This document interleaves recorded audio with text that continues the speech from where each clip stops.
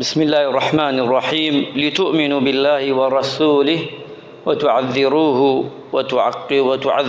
وتعقروه وتسبحوا بكرة وأصيلا. علمايان درباري ما يتبيروز درباري أو دوشية وتعذروه وتعقروه أفرمن علمايان تفسير مفسرين فرميانا أو إنسان پیغمبری خوا صلی الله علیه وسلم بقورة بقري بقورة بناسه واتاوتيان التوقير والاحترام والتأجيل والإعظام درباري رسول الله صلى الله عليه وسلم وأوانش فرموا كواتا پیغمبری نافذار صلى الله عليه وسلم خواهي قورة دامان ليكا بقوري راي بقرين بقوريش كباسي كين وبقوريش لناومانا بيسادة نبي ئەم ڕۆژانەی بەسەر من و تۆ تێپەڕەبێ سادە نییە بەخوا تۆ بڵێی زاتێک وەک پێغەمبەری خوا صلی الله علیه وسلم بێتە سەر دنیا بڕۆ هەموو ژیانی بخوێنەوە پێشی ئەوەش چەند معجیزات ڕووی داوە لە کاتی لەدایکبوونی کاتێ پێغەمبەر نەبووە لە دوایەوەش کە هەمووی گێڕاوەتەوە لە سیرە باس کراوە چونکە پێغەمبەری خوا زاتێ نییە زۆر سادەوە کەسێک بێتە سەر دنیا و بڕوا. ئیماندارانی خۆشەویست بۆ یەوتیانە خوای پەروەردگار باسی ئەکا وەک شێخ الئیسلام فەرمێ ئینە قیام المەدح والثەناء سێم پیاو چاکێلەکە چۆن باسییان کردو زۆر جار ئێمە زۆر هەڵە تێگەیشتوین ئەجا کاتێ مەدحیەکەی و ثەنایەکەی شێخ الئیسلام فەرمێ عەلەیه وتەعظیم وتەوقیر و بە گەورەی ئەزانی و بە گەورەی ئەڕوانی و فەرمێ لەه قیام الدین كله ئەوە گشت دینە کە تۆ ئەنجامی ئەدەی. تەماشاکە ئەم پیاو چاکانە ئاوا بوونە یعنی تۆ ساڵ دێ و بڕوا من نەزانم کەی پێغەمبەر لەدایک بووە تۆ نەزانی کەی پێغەمبەر لەدایک بووە کڕ و کپ هیچ دەنگێکمان لێوە نەیە خەڵکێک غەیرەدین لەوەیە بێژێ لەوەیە بە ناوی پێغەمبەرەوە قسە بکا من و تۆ موسڵمان نابێ هیچ دەنگمان لێوە بێ ئیدعای ئەوەش کەین کە پێغەمبەرمان خۆشگەرک ئەمە ئاوا ئەبێ تۆ کوڕەکەی خۆت لەدایکە بێ ساڵانە هەموو ساڵێک هیچ نەبێ لە فەیسبووکەکە شتێ نووسی کوڕەکەم لەدایک بۆ پیرۆزبایی لێ بکرد یان منداڵێکت لەدایکە بێ عەقیقەی بۆەکەی ئێوە ڕەسوول اللهە خۆشەویستی خوایە ئەم خۆشەویستە ڕۆژانێ نییە بەسەر من و تۆ سادە بڕوا. ئیمانداران ئەبێ ئینسانی ئیماندار تێبگە ئەم پیاو چاکانە چۆن تفسیریان کردووە و فەرمێتش لە دوایەوە وسقط ذلك سقوط الدين كله ئەگەر ئەوە نەکەی ئەوە چاک بزانە دیناکە ئەماڵێ لێت یعنی ئەگەر ڕۆژەکەی بە گەورە نەزانی و ناوی هاتە سەر زبانت بە ئاسایی بێ و زۆر بە سادەیی باسی کەیت و شتەکانی پێغەمبەر زۆر بە سادە بێلات چاک بزانەوە تۆ لە بەری لەو دینە ئەم پیاوە فەرمێ. بەڵام ئەگە عەکسەکەی بێ ئەوەیە کە تۆ بەڕاستی خۆشەویستی پێغەمبەری خوا صلی الله علیه وسلم لە دڵایە بەڵام لە فعل شاگەرەی کێتی خۆ ئەبێ ئێمە لە فعلش و بە کردارش بیسلمێنین کە ئێمە هەموومان کە پێغەمبەری نازدارمان صلی الله علیه وسلم خۆشگەرەکە. ئەمجا فەرموویانە لە تەفسیری ئەو ئایەتە وتیانە کاتێ مەعاذ تەماشاکە مەعاذ کە چوو بۆ یەمەن پیان فەرمووە پێغەمبەری خوا صلی الله علیه وسلم نەسیحەتی کردووە ئەی مەعاذ دەتنێرم بۆ لای گەلێک قەومێک ئەم گەلە و ئەم قەومە ئیماندار نییە چیان لەگەڵاکەی ئەگە کێشەیان بوو گرفتیان بوو بە قورئان ئەگەر نەبوو بە سنەت ئەی ئەگەر نەبوو بە ئیجتیهادی خۆم. ئەمە زانی چیە موسڵمانە بەڕێزەکان ئێمە من حەز دەکەم لە ئایەت و حەدیث تێبگەین کەمێ وردەوە بین ورد لەم زەمانە هەندێک شت هاتووە نە لە قورئان نە لە حەدیث باس کراوە ئەبێ دانیشی بە ژیرانە بە عەقڵانە خۆ نابێ بڵێ هەموو شتێ لە قورئان و حەدیث نەبووتر نابێ کە خۆ جگارە نە لە قورئانێ و نە لە حەدیثێ خۆ نەرگیلە نە قورئانێ و نە حەدیثێ هەزاران شتی ترەیە بەڵام عولەمایان هاتوونە تەفسیر قیاسیان کردووەتە سەر ئەوانە. ئیماندارانی بەڕێز ئەم شتانەی ئەم سەردەمەی من و تۆ دێ هەزاران شت هەیە لەم سەردەما دەرەچێ لە سەردەمی پێغەمبەران نەبووە عەلەیهی سەڵات وەسەلام بەڵام عولەمایان هاتوونە جوان ڕێک کە ئەمەی مەسلەحەت بووە بۆ موسڵمانان ئەمەیان داناوە خۆ نابێ هەموو شتێک تۆ بێیتەوە تەماشاکە ئیزە شتی وا هەیە پێغەمبەر ئەسڵەن بە خولەفا نەیوتوە خولەفا کردوێتی ئەبوو بەکر هەندێک شتی کردووە پێغەمبەر ئەمری پێ نەکردووە. ئەبوو بەکر هەندێک شتی کردووە پێغەمبەر ئەمری پێ نەکردووە. ئەبوو بەکر هەندێک شتی کردووە پێغەمبەر ئەمری پێ نەکردووە. عمر ڕەضا و ڕەحمەتی خوا لە هەموویان بێ ئیمامی ئەبوو بەکر نەیکردووە ئیمامی عومەر کردوێتی تەماشا بکەی ئیمامی عومەر نەیکردووە ئیمامی عوسمان کردوێتی تەماشا بکە لە ژیانی ئیمامی عوسمانە ئیمامی عەلی کردوێتی ئیمامی عوسمان ئەمری پێ نەکردووە ئیمانداران تۆ تەماشام کە لە پیاوانەکە خۆ ئەوان هاتوون لە زمانی پێغەمبەرە تەلاق یەک تەلاق بووە ئیمانداران ئیمامی ئەبوو بەکرش ئەی ئیمامی عومەر چۆن بوو یعنی بووە سێ تەلاق ئێستا هەموومان لەسەر ئەسڵی تەلاق لەسەر ئیمامی عومەرە چی نەزانن ئیمانداران سێکەی دانا چکە یەک تەلاقە بێ گشتمان ژنەکانمان تەلاقە دەین کە ژن نامێنێ لای ئەی چۆن مسڵمانە بەڕێزەکان ئەوان هاتوونە مەسلحەتی ئومەت و مەسلحەتی مسلمانان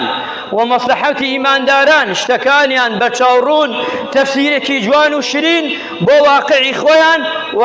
پەرپایان کردووە نەکوە کێمە ئەوەی کە بڵین ئەوەی کە ئەوە بێ ئەوە بێ نا ئیماندا ئەمجا قبوڵی یەکتری من و تۆ مسلمانین ئەگەر من قبوڵی تۆ نەکەم تۆ قبوڵی من نەکەی ئەی چۆن بەیانی وڵاتێکی ئیسلامی یەهودی مەسیحی غەیرەدین چۆنی داراکا لەگەڵ تووە بەس پێم بێژە چۆنی داراکا لەژێر یاسای تووە چۆنی داراکا چۆن جێیەکەیتەوە جێیەکەیتەوە جێی ناکەیتەوە تۆ جێی ئیماندارێ نەکەیتەوە جێ غێرە ئیماندار چۆن جێیەکەیتەوە ئەبێ سێنگمان زۆر فراوان بێ زۆر فراوان بێ لە شتەکانە دین هەرەوە نییە لای تۆ بێ دینیش هەرەوە نییە لای من بێ تەماشاکە سێر قورئان کە ئاماژەکە موسا عەلەیهی سەلام بۆچی ناردی بۆ لای خەڵڕ کەڵێ یەکێ پیاوچاکە یەڵێ یەکێ پێغەمبەرە بۆ ناردی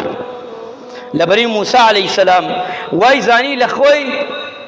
کە چییە کەستر نییە لە خۆی کە زیاتر علمی هەبێ خوای گیان نەبی خۆیەتی ناردی بۆ لای یەکێکی تر قەت وا مڕانە بڵێ ئەوەی کە من ئەڵێم هەرەوەیە نا ئەمە نییە هەموومان خاوەنی خەیرین و خاوەنی کەچی چاکە بێژین چاکەین ڕێگای ڕاستین و هەڵەمانی شەیە ئیلا وەک چۆن فەرمی ئیمام عومەر صاحبی هذا القبر نەبێ کە پێغەمبەری خوایە صلی الله عليه وسلم بۆیە ئیمانداران و خۆشەویستان خوای متعال جل جلاله داوامان لێکە پێغەمبەری خوا لە دڵا بە شیرین و بە گەورە ڕایگرین و کار و کردداری ژیانمانش بە گەورە ڕایگرین و زۆر خۆشەویست بێ لە دڵماندا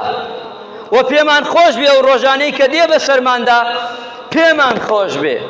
ئاسوودەین چونکە ئومەتێوین دڵمان خۆشە چونکە ڕۆژگارە تێ بە سەرمانە پێغەمبەر لەدایکە بێ عەلەیهی سەڵات وەسەلام ئەمانە وامان لێ ئەکا دڵمان خۆش بێ خۆ ناکرێ ئەیسان دێ مسڵمان سێرەکەی هەڵە تێگەیشتووە ئەڵێ ڕۆژی ئەو ڕۆژەی پێغەمبەر لەدایک بۆ وەفاتی کردو قوربان ئەو ڕۆژەی کە لەدایک بووە زندوو بووە ئەمجا مردووە لە قورئانجا باسی زندووە کە ئەمجا مردوو خۆ نەویتە مردوو ئەمجا زندوو ئێتو ئەسڵەن جارێ مخالفی قورئانی چونکە قورئان باسی حەیەکە ئەمجا مەیت ناڵێ مەیت و حەی کاتێ خوا سەلام لە یەحیاکە لە پێغەمبەرێ لە عیساکە ئەڵێ چی ئەڵێ مردن پێشی ژیان یان ژیان پێشی مردن ئەڵێ ژیان پێشی مردن خۆی مش نەماوەتە ئەو ڕۆژەی کە پێغەمبەری خوا صلی الله عليه وسلم لەدایکە بێ و ئەمرێتش هەر گەورەیە لەدایکبوونی گەورەیە مردن و وەفاتشیە گەورەیە هیچ ئیشکالی تیان نییە کێشەی نییە بەڵام ئێمە وا نەکەین لە دڵی خەڵکا دڵە ڕاوکێ دروست نەکەین نە وەڵڵا خێرتان ناگا دڵە ڕاوکێ لە دڵی موسڵمانانە دروستکەن چونکە بۆ دوای خوا شکاتمان لێک خەتەرە بەناو خواوە قسە بکەی خەتەرە بەناو پێغەمبەرەوە قسە بکەی ئیمانداران خۆتان مەدەن لەمە وەڵڵا خوا یەقەمان ئەگرێ بانتەکە بزان چۆن واتوتووە ئەی کردم ئەمەی تۆ تەواو نەبوو چێژی لە دیوانی خوایە لەم مەسائلانە خۆتان دوور بگرن وازی لێ بێنن چونکە ئینسانی مسلمان ئەوەیە عاقڵە و ژیرە بەناو خواوە قسە ناکە بەناو پێغەمبەرەوە قسە ناکە صلی الله عليه وسلم بۆیە ئینسانی ماندارە بێ وریا بێ بۆیە بە مەعادی وت ئەی مەعاد ئەگەشتی هاتە ڕێگات لە قورئانە نەدۆزیەوە لە سونەت نەبوو چیەکەی بە ئیجتیهاد وتی ڕەئی خۆم مانایەوە نییە ڕەئی خۆی عەقلی خۆی بخاتە پێشی قورئان و حەدیث نا ئەمە ناڵێین شتێکەڵێ موافقی قورئان و حەدیث بەڵام چی بە مشاورەی دەوروبەر و سەحابە و یاران ئەکا پاشانش بڕیار ئەدا لەسەری یەکێکی تر لەوانە ئیمانداران یا ئەیها الذین آمنوا لا تقدموا بین یدی الله ورسوله واتە لا تسرعوا في أشياء بين يديه هەشتانێکەیە قورئان باڵەجار بێدەنگ بووە تۆ دەنگ هەڵە بڕی وەڵام من ئەڵێم حرامە نا وریابە شتانێ مەڵێن کە پێغەمبەری خوا صلی الله علیه وسلم قسەیتیان نەکردووە هەندێک شتێ پێغەمبەر قسەی نەکردووە لەوەی لات عەجایب بێ بڵێ چییە پێغەمبەر قسەی نەکردووە یەکێ لەوانە لە خواردنە حیواناتێکێ ناوی بزمژۆکە پێغەمبەری خوا صلی الله علیه وسلم دانیشتووە ئەوردیانە خزمەتی سەحابە وتیانەی پێغەمبەری خوا ئەمە بخۆین دەنگی نەکرد وتیانەی پێغەمبەری خوا خۆی دەنگی نەکرد سەحابە سەریان بڕی و خواردیان و هیچیشی نەوت پێغەمبەری خوا صلی الله علیه وسلم هەندێک شت پێغەمبەری خوا بێدەنگی هەڵبژاردووە زانین بۆ لەبەر ئەوەی گەلەکەی بڵێن بۆ بۆنەی ئەوەی ئومەتەکەی وەک بەنی ئیسرائیل نەبێ واللهی ئەگەر وەحی بمایە لە زەمانی ئێمەدا هەمووی شەکانمان قورسە بوو چونکە ئێمە زۆرە ڕۆین لەسەر شت کابرا سوێنێکی خواردووە پرسیار لە مامۆساکە لەوە کاکە لەوەکە لە بازار ڕێخەیە مەگرێ لە بازار ڕێخەی ئەوە گرێ 1001 پرسیارەکە ئێمان دڵیاو ناخواتەوە واللهی ئەگە وەحی بمایە وەحی داوەزی لەسەر ئەو زەلامە و لەسەر هەر کەسێک وای بکردایە خوا ڕەحمی کرد وەحی دانەوەزیە بژین نەماوە بۆی دابەزێ ئیماندارە نابێ ئێمە زۆر شت بڕۆین لەسەری هەندێک شت پێغەمبەری خوا بێدەنگی هەڵبژاردووە هەندێک شت هەیە بێدەنگ بەتیایەتەوە ئیشی تۆ نییە بێدەنگ بە بخۆت بێدەنگی باشە ئەسەمت و نەجا لە هەندێک حاڵەتەیە وا باشە وا چاکە چونکە ئینسانی ماندار و مسلمان ئەو کاتە ئەیباتەوە چونکە کار و کردداری ئەو نییە ئەو کاتە ئینسانە مرۆڤە لە دنیادا سەرکەوتووە بێ لە ئاخیرەتشدا یا ئەیها الذین ئامەنوا لا ترفعوا أصواتکم فوق صوت النبی هاتەماشاکە دەنگ بەرز مەکەنەوە کاتی حەدیثێ خوێنرێتەوە و پێغەمبەری خوایە صلی الله علیه وسلم کە هەر مامۆستایە هەر کەسێ باسی ئەکا حەدیثەکە وەکەوەی پێغەمبەری خوا بۆ دەگێڕێتەوە هیچ فەرقی نییە ئەبێ وریابیت مامەڵە چۆن بزانی دەنگ بەرز نەکەیتەوە سەحابەیە لە سەحابەکان دەنگی بەرز بوو ئەمەی بیست چووە ماڵەوە ناتە دێرەوە دوای خەبەریان داوە پێغەمبەری خوا گیرا زۆر لە ماڵەوە دانیشتە بوو وتیانەی پێغەمبەری خوا فڵان سەحابی وا دەکا ئەوی دەنگم زۆر بەرز کردەوە لەسەر دەنگی هە بەرز بوو قەدەری خواوا بوو لەسەر پێغەمبەری خوا صلی الله علیه وسلم وتی بڕەمبانی کەن موژدەی پێدا وتی تۆ ئاگری نیت تۆ بەهشتیت ئەمجا دەمچاوی گەشیاوە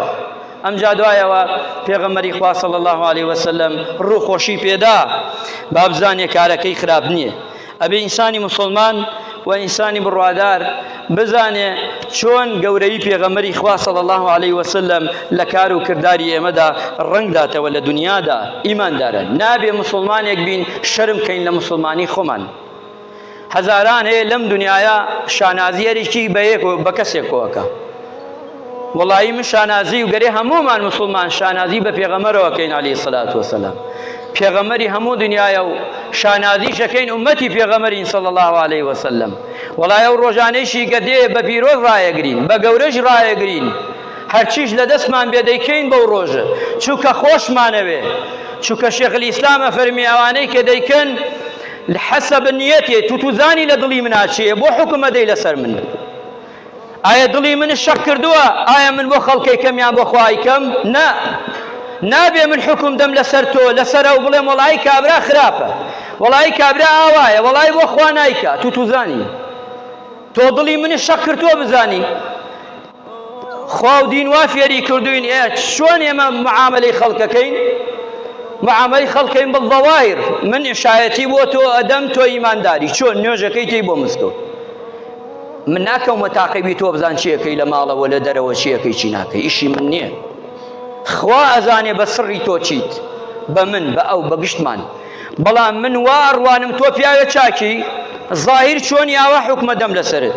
نەک بڵێم ئەوە نا بۆ وا نایکا بۆیکە بەداخەوە ئیمڕۆ گشتی وایە هەر کەسێ چاکارێ شاک بکە 1001 گومانی لێکەن 1001 گومان نەدەنە پاڵی 1001 گومان نەدەنە ڕێگاکەیدا بۆ ئیماندارە ئەم سیفەتە خراپە ئەم سیفەتە لە ناو ئێمە بەرپا بوو هەمووی بەڕاستی زۆر سیفەتێکی خراپە ئەبێ ئێمە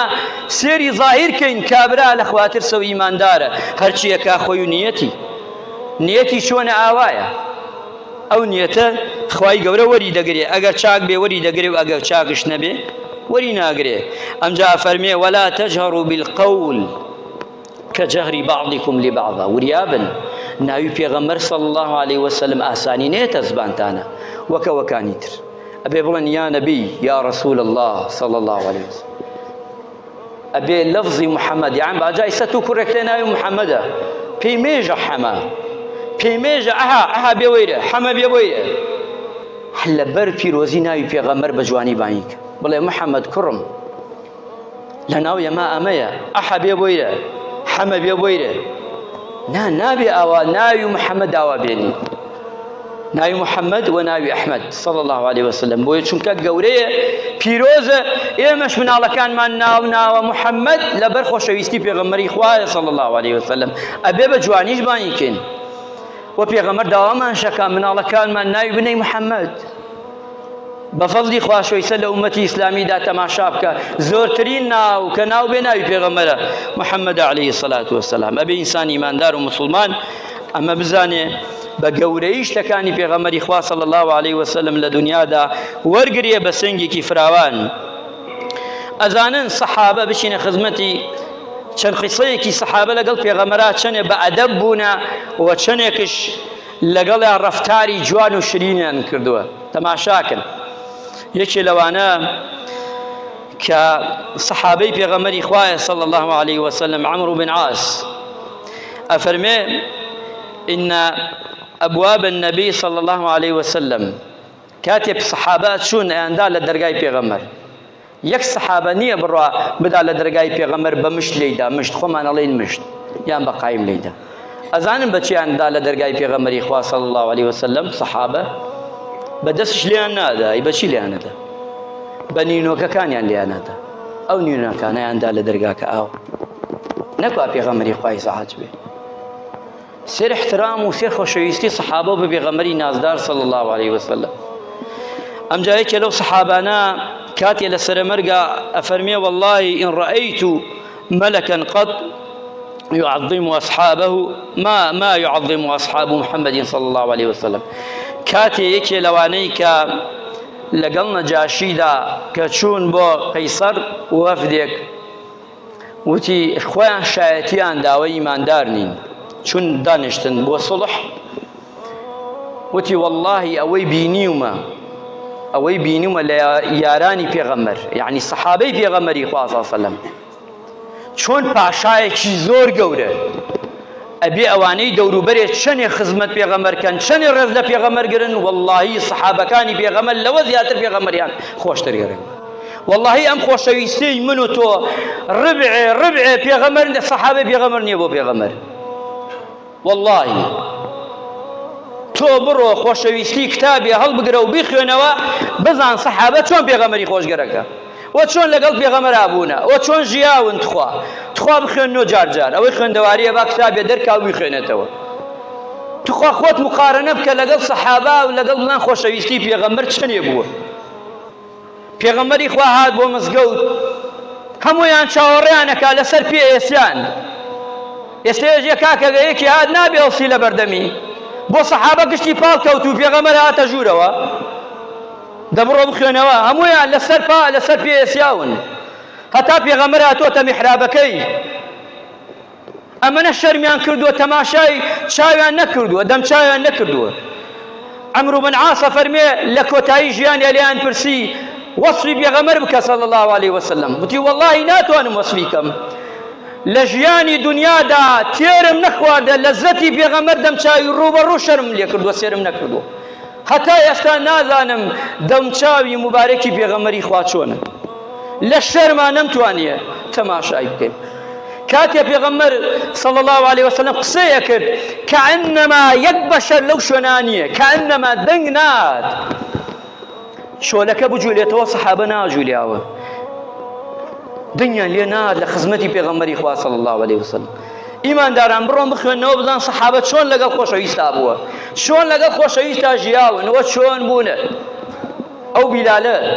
ئەو بیلالە نەیتوانی بانگ بدا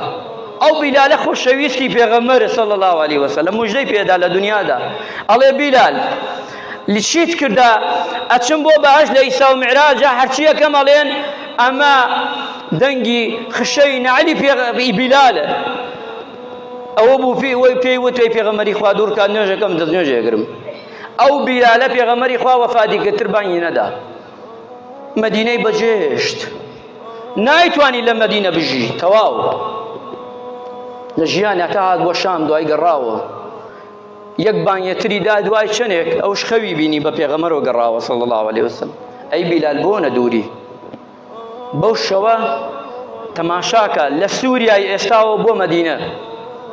بە وشترێک بە حەیوانێک سوار پشتی بوو ڕۆی بۆ مەدینە خەوێ پێغەمبەری بینی عەلەیهی السەلاتو وەسەلام ئەوە ئێمە بەو خەوە چییە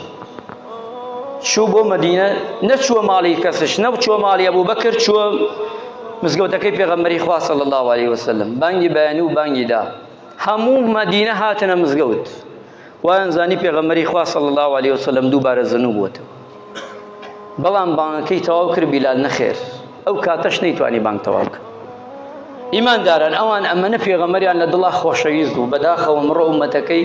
ڕۆژگارێکە هەموو شتێکمان لێ قەدەغە کراوە ئەبێ کڕ و کب دانیشن هیچ نەڵین پێغەمبەر دێ و دەڕوا با بێ ڕۆژەکانی سادەش بێ و بڕۆ ئەوە ئومەتەکەیەتی ئەمە ئومەتەکەیەتی ئیدعای خۆشەویستیەکە خۆشەویستی بۆ پێغەمبەر دەڕەبڕێ صلی الله علیه وسلم بۆ خۆشەویستیە بێ